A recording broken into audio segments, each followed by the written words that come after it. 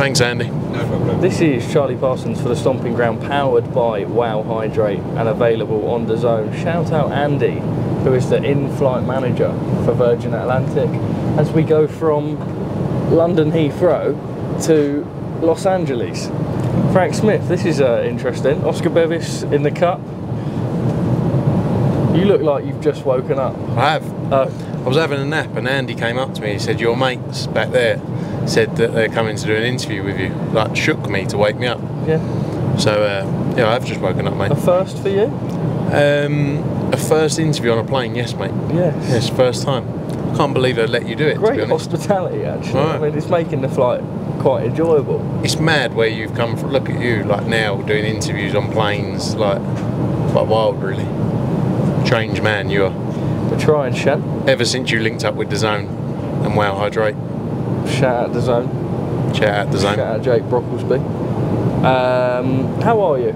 I'm good, mate. I'm good. I'm feeling fresh because I've had a few hours sleep on the plane. Was at the fight last night.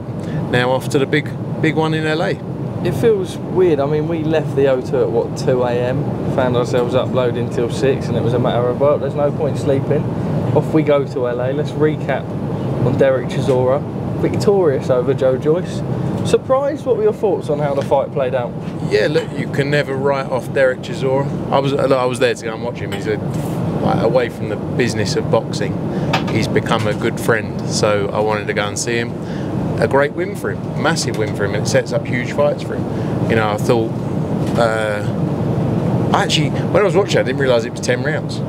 No, because it looked like it could have been getting quite heavy in there. Obviously, both guys very tired, but a tremendous performance from Derek Chisora.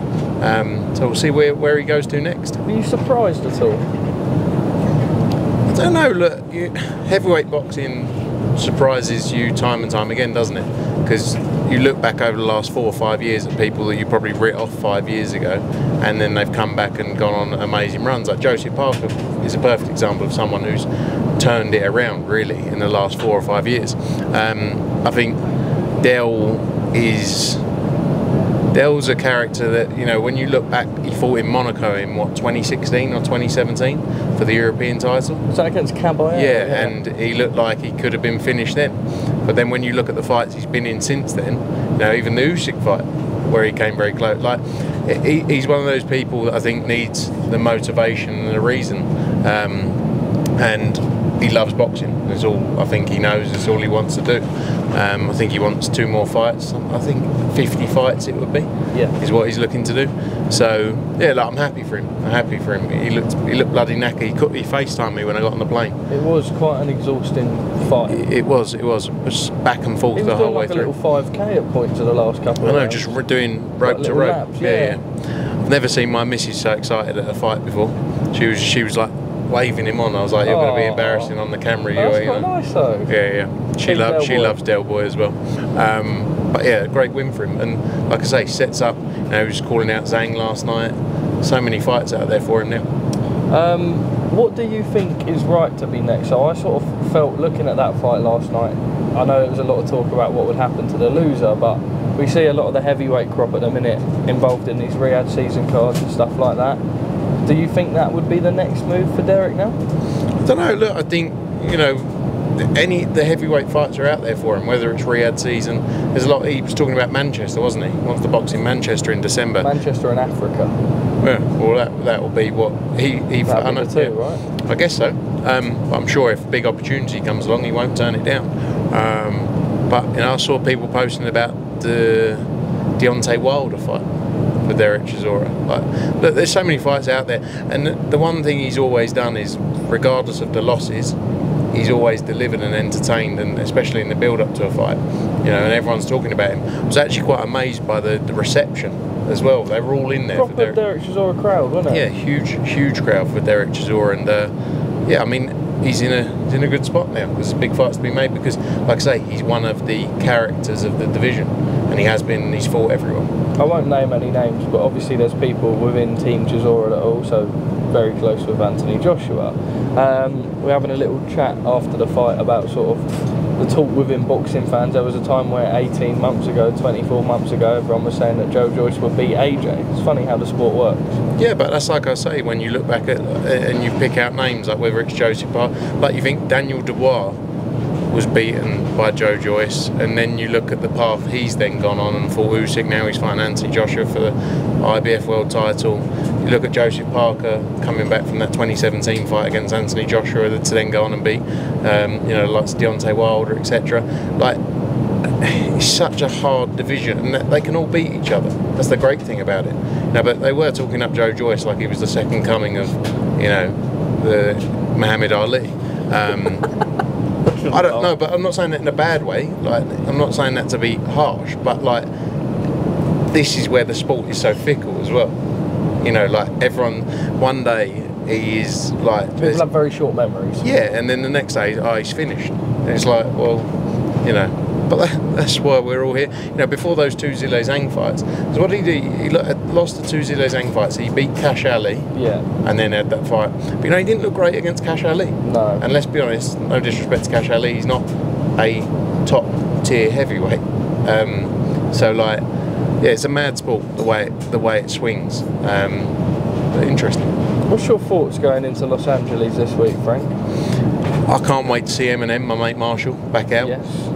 I heard he's a big Frank Smith fan. He is. He actually texted me the other day. Yeah. He texted me, he said, Frank, I'll catch up with you out there, don't get in until Thursday night, but let's get dinner. So I was like, yeah, no problem. Right. You had to free up some time in your schedule for that one. Yeah, I need to have a chat with a few people and move a few bits about just to see Marsh, you know, just to get the set list on point. To see Marsh? Yeah. Big M or whatever he is. Big M. Cool geezer, isn't he? What is he, 50 years old? Yeah. How cool is Eminem for 50? Yes. Yeah, so going into LA, what a fight week. We've seen Riyadh season, we've seen what they've done in Saudi Arabia, but this is obviously the first night outside of Saudi, and it's delivering what you see there in LA, which has never been seen before. You know, a huge main event, Terrence Crawford, Israil Madrimov. My guy Madrimov's going to go and do the business. You love the Uzbek. Mate, Uzbek power over here. I'm Uzbek power all day. I've done many a shows with the boys in Tashkent. I love it, and we're going to go and shock the world. Also, a lot of people, like I saw Chris Mannix talking about it the other day in a round table. He said this will be Terrence Crawford's hardest fight to date. Yeah, I think so. And I think a lot of people, or a lot of the general public, will write off Israil Madrimov. It's a bit like when Canelo fought Dimitri Bivol. To the broader audience outside of the boxing hardcores, you know, no one would have given Dimitri Bivol a chance. But look at what he did, and same camp obviously, and I think my man Israil Madrimov's going to go and do the business. What would a win do to Israil Madrimov's career and life? Change his life. I mean, he's already changed his life really, but that would change his life. You know, Israil Madrimov's a superstar in Uzbekistan. You know, like when people sort of overlook these guys. So when you've been to Uzbek and spent time around they're heroes.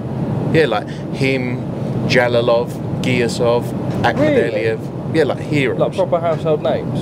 Yeah, like you go anywhere with them. Like the arena's 12,000 people packed out in there.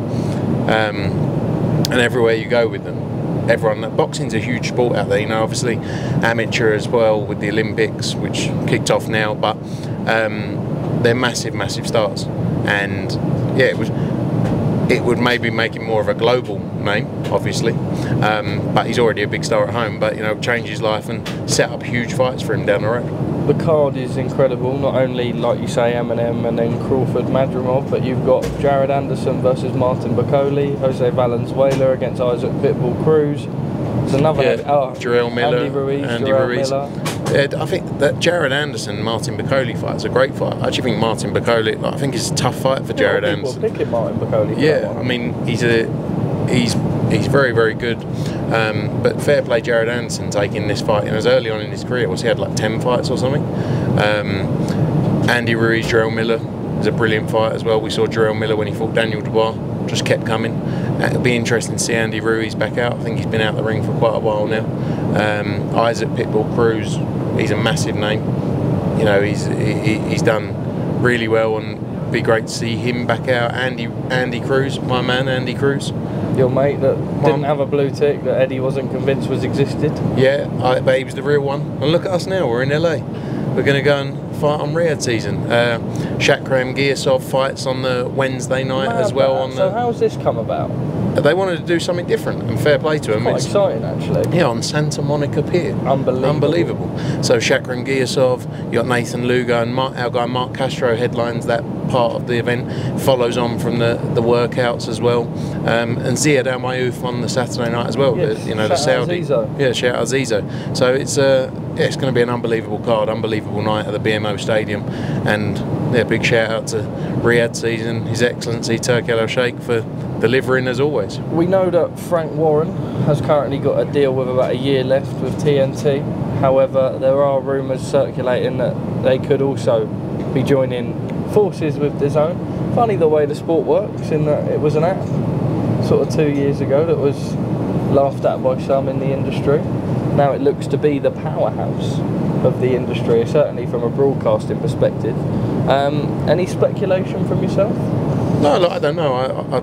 I don't know at all. I know they got their, like you say, they got their deal with TNT. I saw Frank Warren came out about it, and I think TNT have done a great job in boxing as well over the years. You know, you've obviously got the key players, TNT, Sky, and DAZN in British boxing right now. But no, I don't know. And look, the thing around DAZN, it was always going to take time. It was never going to be overnight. You know, we made that move 6 years ago. A lot of people saying, yeah, it's like you say, it's an app. But that's the world's changing, the world's evolving, and you know, people have a different way of digesting things now. We always believed in it. We didn't make the move for money, if that makes sense. We made the move because we believed in it. We've been in business 40 years, so it wasn't a short-term play just to go and make a few quid. It was because we believed in the future of broadcast, and DAZN is that. And you know, you only have to look at now all the shows that go on across there, not just matchroom shows, not just boxing events, but look at like the sport, you know, across football in various countries that they've got the host leagues, you know, just doing a big deal in France as well. So you know, it's going to keep growing and growing, and it's not at the peak yet, but it will be so much bigger than it is today. Sorry. Would you want to jump in? No. But yeah, we knew, like I say, we believed in it from the start, and you know, they're going to continue to get rights over the years, and they're going to continue to build and grow. But on the Frank Warren stuff, I don't know. I can't really speak on it. You guys are obviously Team Berlanga. Where does Eddie sit on this one? Because Canelo's his mate, but he's been posting LFG with Berlanga and Keith Connolly. What's the crack? What's the inside scoop? You know, I haven't seen Eddie in a few weeks because I was in Japan. So we haven't really spoken. You've been separated. Been separated. Are you okay? I mean, it's been tough. I really feel like I've come into my own in the last few weeks as a person. I really feel like I've been given time to grow, you know, and learn how to be on my own away from him. So yeah, but Edgar Berlanga's our man. You know, we've had 2 fights with him now since he signed across. Canelo at the same time, we've had some great nights with him. So I don't think it changes the personal relationship, but from a business perspective, we promote Edgar Berlanga. We want him to go and do the business in there. It's a massive fight, you know, Mexico v Puerto Rico, and yeah, Team Edgar Berlanga. I still love Canelo. What sort of chance do you give Berlanga in that fight, honestly? It's a very tough fight. Canelo is undoubtedly one of the pound-for-pound best fighters in the world. You've seen what he's done across weight divisions against some of the best names in the sport. But Edgar Berlanga, he's got it all to prove. Just in case someone wants to sit down, I think he wants to. I don't think he wants to come and sit next to you, mate. Edgar Berlanga's he's got a point to prove. It's by far the toughest fight he's ever had in his career, but the reality is you never really know how good someone is until they come in up against someone that good. Did you speak to Oleksandr Usyk last night? A little bit, not really. I spoke to Alex Krasuk quite a bit. I get on very well with Alex. Usyk's just a brilliant character, isn't he? I saw him singing Sweet Caroline in his Stone Island number with his hoodie and his Mac on. Must have been sweating his absolute, you know. But he's a legend, Oleksandr Usyk. So yeah. But Alex Krasuk, great guy. Good to see him. And obviously Frank and George and Francis. Everyone was like, you know, it's the first time I've been to one of their shows since we've all been friends again. Yes. Oh, has it? Yeah. How's the dynamic changed from when you went to Ryder Parker to where you went to the show last night? No, do you know what? I don't think. Because I remember. I didn't go to Ryder Park. I went. Yeah, no, you did. I didn't. I went to. We had another show. I went to the press conference in Wayne. Who went to the fight night? I can't remember. Someone went. But I suppose I went to a show they did at a Copper Box about 3 years ago. I had a hat on. I was hiding in the background in a seat. In the gods? No. I had all right seat. I don't know. I can't remember who I went with, but it was a while back now. But the relationship's good. We can sit and have a chat. You know, talk about things. We're in a good place. You know, and I think it's good for the sport of boxing, and you know, it's going to show more and more positive returns for sure. Where's AJ at? Right now, I don't know. I haven't got to find my iPhone on. I think Awful crack, awful banter. Where's he at? He's training. He looks unbelievable. Mentally great. good space. Yeah. Looking forward to the Dubois fight. Him or me? Both of you. Yeah, buzzing, mate. Go in there, go and become 3-time world champion. The first time was so nice. The second time had to do it twice. Now I've got to do it a third time. Do you think AJ's genuinely disrespected by Dubois coming in and maybe trying to sort of give it lemon a little? I think he's a very respectful character. You see in the majority of his fights, unless reacting to something, he's very respectful and he doesn't really talk down upon people. And I think when someone goes the other way, then maybe he reacts to it. So maybe, I don't know. But he's a spiteful AJ, which is good to see. I think he's going to go in there and knock out Daniel Dubois clean. Well, Francis, I think that's it. Oscar, You got nothing else to ask me? That is 17 minutes. Yeah, but we got 2 hours 46 minutes left to go. And I actually wish that I could just sit here for 2 hours and 46 minutes. Well, I mean, it's not really great that you haven't got any more questions. Well, that is 17 minutes worth of content. Yeah. Well, okay, so not that it's your job, but if you were in my position and the roles were reversed right now, what would you ask me that I haven't covered with you?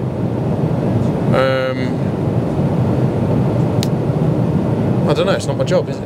No, but I'm just saying if the roles were reversed. I'll be able to answer anything you ask me. No, but if the roles were reversed. I suppose it would have been 25 minutes if you could have included those questions that you are not allowed to include. No, but you made me take them out of the interview. Oh, actually, no, I do have one. On the topic of chatting shit. Chris Eubank Jr. never got the Canelo fight. Are you surprised? No. Go on, talk to me why. No, I just never thought. I don't think it's the fight he actually really wanted anyway. It's the reality. And I don't think. I don't think it's probably the right fight right now for him, if I'm honest. If I was representing Chris Eubank Jr. But I don't think it was ever realistic. I think it was more of a negotiating technique to get out in the people. I think we always knew that Edgar Berlanga was the one getting the fight, so it never really changed anything. So, but I don't think if I was representing Chris Eubank Jr., it would be the fight you do next. What sort of conversations have you had with Ben Shalom about the Conor Ben fight? Nothing. I don't need to speak to Ben Shalom. I'll speak to the people who manage Chris Eubank Jr. I think he's got the right to do what he wants. When you say you don't need to speak to Ben Shalom, obviously he signed that partnership deal with Boxer though, so is he not the promoter as such? I don't know. I don't think so, because it's a partnership deal. But the reality is they've come out, like Chris came out the other day and said, you know, I've got an opportunity, I can do whatever I want, the way it's structured. The people who manage Chris have said to me, you just do the deal with us. So I don't know. I don't know what the structure of it is. Maybe it's just that they're using Ben Shalom to give him money for fights in the interim. Because obviously Ben needs name. Ben's desperate. So I don't know. Why is Ben desperate? I mean, not rocket science, is it? Well, no. I mean, go on. He's got a broadcast deal with Sky. How much longer?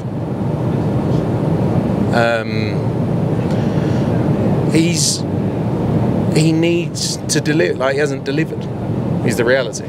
Since he's been at Sky, he's been there 3 years now. He hasn't delivered. Chris Eubank Jr. undoubtedly, I've said it multiple times, not because of my links, but he's probably in the top 4 names in British boxing. When you look at like Tyson Fury, Anthony Joshua, Conor Ben, Chris Eubank Jr., I don't think that can be argued in terms of AJ and Tyson are here. Conor and Chris are probably really the next tier, those two guys. So, yeah, he needs to deliver, and Chris can do that. But I don't know, like I say, the structure of the deal, if you weren't desperate, you wouldn't sign a partnership deal or whatever that is. Like, it's not very clear. That's why Chris has got the ability to do what he wants to do. Chris can go and make fights if he wants to make fights, because he doesn't, at his stage of his career, a long-term promotional deal for Chris Eubank Jr. at his stage of his career, he's 35 years old, I think, 36 years old, is not what he needs. So are you not like, and you'll look at it differently, obviously, when you're like putting deals together and trying to make the fights happen, but as a fan, I look at Chris Eubank's career, maybe not career as much, that's probably a bit harsh, but the position he's in right now as a 35, 36-year-old man, coming off that victory against Liam Smith, and you almost think there's so much there, but then once again, another 13, 14 months out of the ring, God knows how much longer. At what point do you just, like, Father Time can go like that in boxing, right? I think for anyone, like, I think what he's lacked in his career, and again, I'd say it to him if I saw it, he's lacked momentum of, like, being with someone. The thing is, do you think he cares? But the problem is with boxing, a lot of people chase money, right? As in, you might get 10% more here or 20% more here. In boxing, you really need someone, and whoever it is, I'm not saying it's us, I'm not saying it's Ben Shalom, I'm not saying Queensbury, like whoever the promoter is, you need someone that you put ultimate faith in and go, you deliver for me, because boxing's the shittest business, I think one of the shittest business in the world. So you need someone that you put your faith in and say, you're the person who's going to deliver for me, and go to work, and you're going to, like, look at what we've done with Anthony Joshua since he turned professional. Again, not just selecting us, but look at what Frank Warren's done with Daniel Dubois over the years. Daniel Dubois is not the biggest character in the world. He's made an absolute fortune. He's done a tremendous job with him, and that, I'd even say that prior to us having, when we weren't getting on, or whatever you want to call it, with Frank Warren, he's done an amazing job for him. So you need to really align yourself with someone rather than just jumping around trying to, like, and again, maybe on one-offs you make 10-20% more, right? But then look, he's been out the ring for 13 months, and I'd say the same if it wasn't Chris Eubank Jr., if it was another fighter that had done the same thing. You need to just, off the back of beating Liam Smith in the fashion he did, he should have been out 4 or 5 months later. And sometimes people get stuck up in things. Is that not a him thing as such, in that, like... No, but a lot of fights, not just him, there's a lot of fighters who jump around and go, oh, I do 3 fights here. Like, this stage of his career is a bit different. This is why when I was talking about doing 2 fights, for example, doing a comeback fight, or whatever you want to call it, like, because you've been out the ring for 12 months, fair enough. Were you close? I had multiple conversations with them, but they wanted something different to what we were suggesting to do. I still think it ends up in the same position that we make the Eubank-Ben fight. I think it's the biggest fight out there. I think it makes the most amount of sense. I think... Can that ever happen in the UK, though? What do you mean? Like, where are we at with Conor? Yeah, I think very soon we'll have... I mean, I know we've gone on about it a million times, but it's been nearly 2 years. So, are we close? Yes, I hope so. Our sole aim is to get him back boxing in the UK. What weight? 160? That fight? Yeah, if that fight happens, it will be at 160. And that's why I think, look, you have to look at, like, from Chris's perspective. If I was on the other side representing Chris Eubank Jr. and you say, right, you have one warm-up fight, again, or whatever you call that fight, then you have the Conor Ben fight, and if you beat Conor Ben, it's a massive, massive event. And if it's a great fight, you do it again. And if not, you go and fight Canelo after that, coming off the back of a massive, massive win there. So, but I don't know. We'll see. Sorry. That's all right. You're famous now. He's a superstar. This guy. He's like, if you know Parkinson. Parkinson? Yeah. No, Parkinson, the interviewer. So who's the famous one? This guy. What's he famous? He's like Parkinson. Yeah, I'm still the one. Lovely. Doesn't he? Thank you. Look at the camera angle. How good am I? It's amazing. It's the light, His isn't skin it? never used to be amazing, Then he stopped eating on flights and sitting in business class. It's because I was a fat mess, back in the day.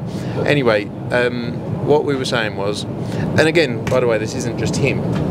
This is talking about him, but it's a load of fighters do that. And it's better to just be with someone, put your belief in someone, because in boxing you need someone to be behind you 100% rather than jumping around and have no real ties. That's my opinion. Frank Smith, 25 minutes now. Charlie Parsons. Are you cross that there's no more questions? Or I think really as an interviewer you should have extra questions. Well, 25 minutes is quite a lot of substance. Yeah. Oscar, do you want to... Sorry, there's 2 interviewers here. Yeah. Oscar, you got any questions? Stick it on it. You can't just do 25 minutes and show who will be at the end once you've done you can. We actually can. You got any questions? Oscar, there we are. I'm going to give you one. You've got to now. You can give him one, are you? Well, as many as he wants, but the microphone is now on Oscar Bevis. My skin's glowing apparently. 1, 2, 1, 2. This is a bit...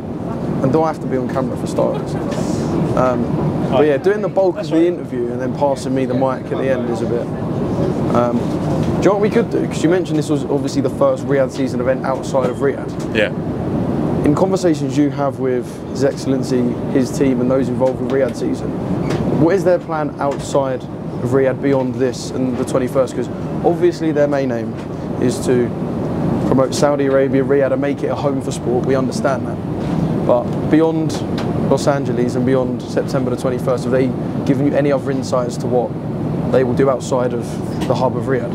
I think there's, like they've shown with this LA show, August 3rd, September 21st, as you say, at Wembley. Then you got October 12th is Bivol against Beterbiev, and December 21st I think is the date for Fury against Usyk. I think that's the plan now, 4 shows between now and Christmas. But they've got appetite to keep building. He loves the sport of boxing. He's going to keep delivering shows over and over again. Where they are, I'm not too sure yet, but I'm sure there's going to be more appetite to do more around the world, because boxing is a global sport and they want to push Riyadh season out. So yeah, I don't know the detail of where's next, but I'm sure, knowing their appetite, they're going to want to do more. But can you imagine from their actual Riyadh season, so I think it's, what is it, October to May, it will stay in Riyadh? There won't be, or could there be a London Riyadh season in January, February, do you think? I don't know. I think anything's possible. Anything's possible. I don't think, Riyadh season sort of extended over the period with the events going on. It's basically 9 months of the year. Yeah, I think it would be great if it was 12 months of the year. But I think it's going to keep building and growing, and yeah, it's great to see. And they do tremendous events, not just in boxing as well. Riyadh season's huge away from just boxing, but yeah, there's going to be a lot more to come. Yeah. Just one more on Riyadh season. I guess you could say the pinnacle. I know we had the undisputed heavyweight world title fight, but perhaps just for us, because we're Brits, we would say like the pinnacle is Anthony Joshua and Tyson Fury meeting in the ring, and then you talk about comparing or putting in big names like Canelo Alvarez and Terrence Crawford, which once upon a time was really a dream fight and nothing else. Once you tick those off the list, is it something that you think could go, I don't want to use the word stale, but you've kind of got 2 or 3 big ones that are in there, and once they're ticked off, which they possibly will be, kind of where do you go? Because the trajectory at the moment is upwards, but I don't think so. I think boxing continues to live it. When there's the budget to make great fights and to build fighters into stars, what we're seeing now is fighters are getting opportunities to have bigger fights. I think it's just going to continue delivering opportunities to make those big names. Whether it's like they talk about their Anthony Joshua, Tyson Fury, I think it's one of the biggest fights in the sport, 100%. Whether it's Canelo Crawford, or after that you do Crawford against Jaron Ennis, you do Canelo against Bivol again. Like, there's so many big fights to be made, and there's new names coming through as well. I guess because the new Terrence Crawford is coming through. And also because fights are now being delivered because the budget's there as well. So fighters are moving quicker. Fighters want to take real fights. So I don't know. I think boxing's in a great place. You probably would have said that 5 or 6 years ago, But new things come along, and new fights come along, new fighters come along. So I don't think it's ever ended. Which means you're going to be grey and old in boxing. I've got a couple of greys in his beard already, to be fair. Well, if you keep drinking Guinness at 10 o'clock in the morning, should have been drinking Forge, really, boys. There was no Forge. Actually, I will add one more. You got one more question? Well. Yeah, I've got one more as well. I'm stacked up with questions.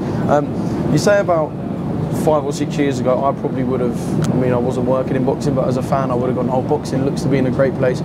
I guess for you, one of the best places was perhaps the Anthony Joshua early IBF days, Molina's, Brazil's, where AJ was 3 years in, still, I guess, fresh on the scene, still considered, not considered, but people still had closer memories of the Olympic gold, etc.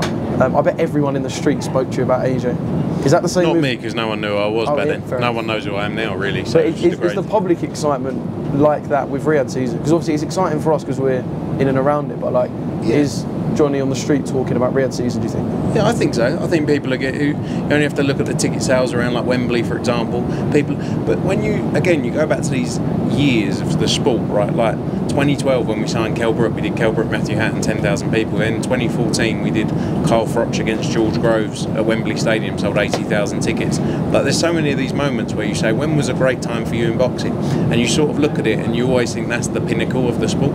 Like when we did Froch against Groves at Wembley Stadium, you go, this is massive. But then you go, did you honestly think that night that this isn't getting bigger?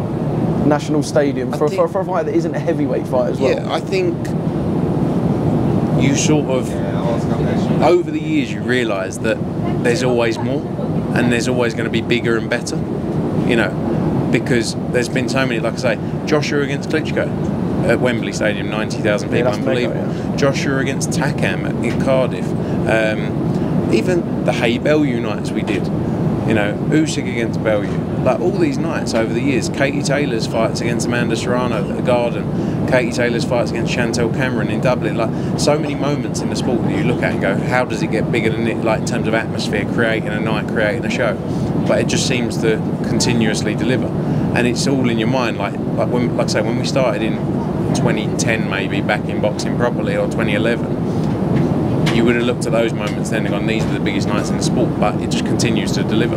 So I don't like to say it's not going to get bigger. I think maybe for you, in personal reasons, like I have moments where I look at and go, like when we did the first Saudi event, putting that together for me personally was a huge moment, but still look at the sport and go, it's only getting bigger and bigger events, bigger nights, and I'm excited about what's to come. Yeah, mate, boxing's flying. Frank, cheers, mate. Boxing's flying, and so are we. Hey. How long left? 2 hours 30, mate. Oh, 2 hours 31. We done all right, man. See you later, boys. No.